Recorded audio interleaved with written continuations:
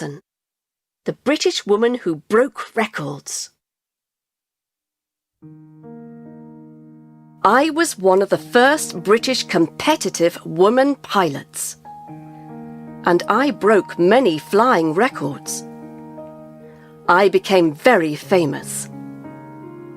But an accident during the Second World War ended my life at the age of 37.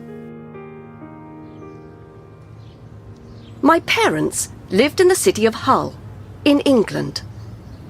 I was born there on the 1st of July, 1903. The year of my birth was an important one for aviation.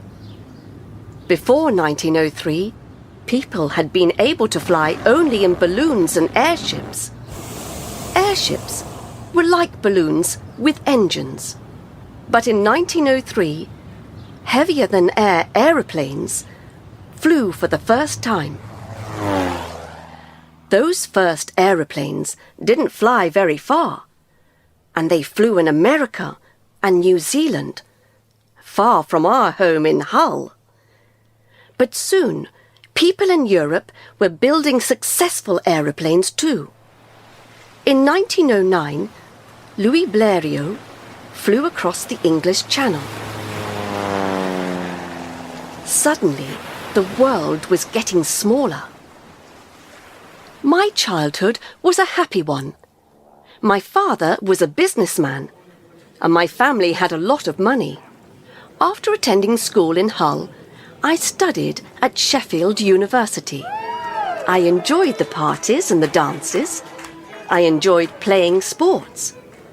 But I also enjoyed studying for an economics degree. My ambition then was to become a businesswoman. So when I left the university in 1925, I took some courses in business studies. These courses and my degree gave me the skills to get a job in a financial company, and I quickly found one. I earned £1 a week. But I hated the job, and I soon left. Then I fell in love for the first time. My parents didn't like my boyfriend. They made me an offer. They said I could take a long holiday in Canada. They wanted me to forget my boyfriend. I thought that they were wrong about him, so I didn't accept their offer. I stayed in England, but I soon decided that my parents were right about my boyfriend. I needed to start my life again. So I decided to leave the north of England and live in London.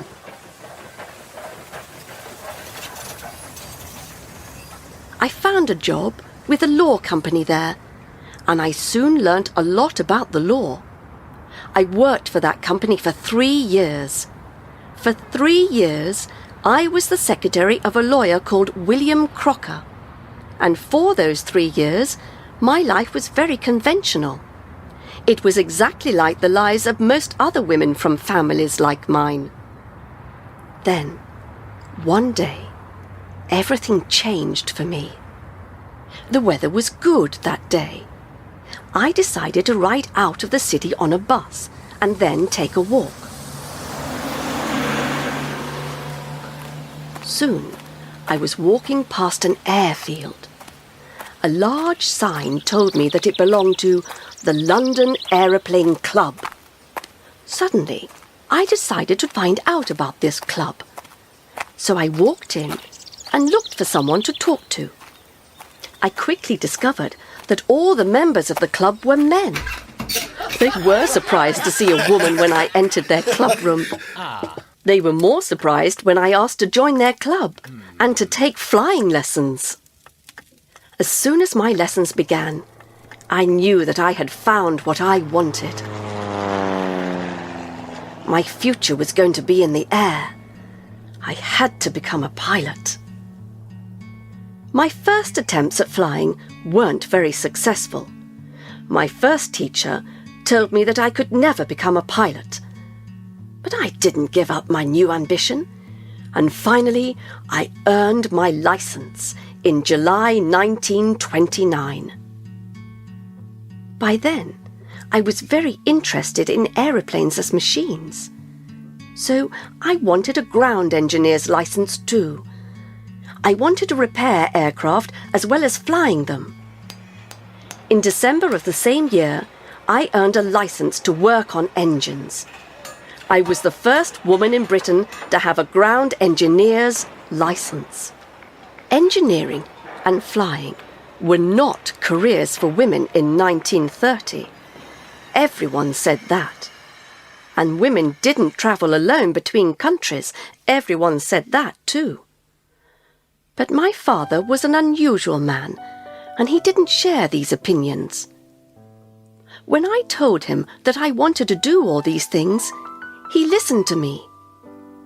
The help that he gave me changed my life forever. To start my new life, I needed an aeroplane. My father and a friend of his gave me some money. With this money, I was able to buy a second-hand Gypsy Moth 60G with a 100 horsepower engine. I named the little aeroplane Jason. Why? Because Jason was the trademark of my father's business. So, now I had my licenses and an aeroplane. I was ready to fly. The question was, where could I fly to? Short journeys in England were easy, and flying to France wasn't difficult. I wanted to do something much more difficult. So I decided to fly to Australia on my own. On the 5th of May, 1930, I set out on my first solo flight between continents. Many people had warned me of the dangers of my plan. They'd reminded me that I had only 75 hours of flying experience. They'd asked me a lot of questions. How could I find airfields when I needed to refuel? How could I fly without getting lost? How could I stay on my course when I was tired and falling asleep? Could I land my aeroplane in the dark? Who could repair the aeroplane when it was damaged? I wasn't scared by these questions. In fact, they increased my wish to succeed. And when I left the ground on that day in May, I took only some simple maps with me in the small cockpit of my aeroplane. My journey lasted 19 days, but nothing went seriously wrong. I flew over mountains and deserts. I flew through heavy rain and freezing cold winds. And once I had to land in a sandstorm. I stopped to refuel in some very small places, and the people in them had never seen an aeroplane with a woman pilot. My route also allowed me refueling stops at big British-owned airfields in India and Singapore. And finally, on the 24th of May, Jason arrived in the Australian city of Darwin. I had flown 18,600 kilometers. The people of Darwin were surprised to see me, but they gave me a good welcome. I'd hoped to beat Bert Hinkler's speed record for an England to Australia solo flight, but I'd been too slow. I hadn't broken that record, but I had established a new one. I was the first woman to fly solo from Britain to Australia. I was pleased about that, and I was pleased that the Daily Mail newspaper had given me £10,000 to celebrate my flight. I'd established one new record. Now I wanted to break some other records, and I became very competitive. A year after my Australian flight, I set off from London to fly to Moscow in Russia. This time, I wasn't alone. I had a co-pilot, a man called Jack Humphreys. We flew in a pussmoth aeroplane. It took us 21 hours to fly the distance of 2,830 kilometres. This was the first time the flight had been completed in less than a day. Another new record. After a short rest, we continued on across Siberia. This was a huge region with very few people in it. We had to choose our stops carefully between the tundra and mountains. And after Siberia, we flew on to Tokyo in Japan. Again, we broke the England-Japan speed record.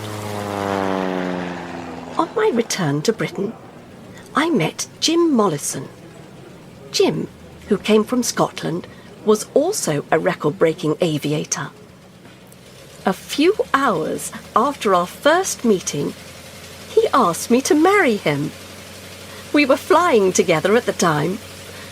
The British newspapers called us the Flying Sweethearts. And on the 29th of July, 1932, we were married. Soon afterwards, I flew solo to Cape Town in South Africa. In the Pussmoth, the journey took 4 days and 7 hours, a new record. This time, the record which I broke had been established by my own husband. In February 1933, I was happy to receive an honour. I was given the Seagrave Trophy for aviation. And soon after that, Jim and I flew together again. We made a non-stop flight from Wales, in the west of Britain, to the USA. The aeroplane this time was a de Havilland Dragon Rapide. We reached the USA, but we ran out of fuel before we could land at an airfield. We crashed into the ground at Bridgeport, Connecticut. We were both hurt, but not very badly. The flight made us famous in America. People in New York and in Atlantic City gave us a wonderful welcome. When we got back to England, I started on a new career. I began to sell aeroplanes for a company which built them. But soon there were other flights to make and other records to break. I still spent much of my time in the air. In 1934, Jim and I flew to India. We were in a race to reach Australia. An engine problem stopped us in Allahabad. We couldn't continue to Australia, but we had established a new record for a Britain to India flight. After my flight, in 1932, another pilot had broken my Britain to South Africa record. But in 1936, I won it again. This was my last record-breaking flight. In the years before the Second World War, I was a famous person, a celebrity. A composer, Horatio Nichols, wrote a popular song about me called Amy, Wonderful Amy. And several well-known singers recorded it. My photograph was often in the newspapers. It was a tiring life, but a happy one most of the time. One thing made me sad. After 6 years of marriage, Jim and I decided we didn't want to be together anymore. I stopped using the name Amy Mollison, and I became Amy Johnson again.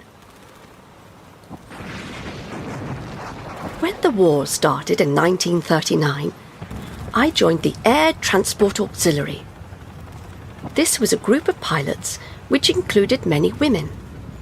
We worked with the British Royal Air Force. Many new aeroplanes were built each week. Our job was to fly them from the factories to the military airfields where they were needed. Although women weren't allowed to fly into battle, this was important war work too. On the 5th of January, 1941, I was asked to fly an aeroplane from Blackpool to Oxford. It was quite a short distance for someone with my history. But that flight was my last. The weather over England that day was really bad, and I became lost. I flew much too far east. I ran out of fuel, and my aeroplane crashed into the wide mouth of the River Thames. I died in the very cold water.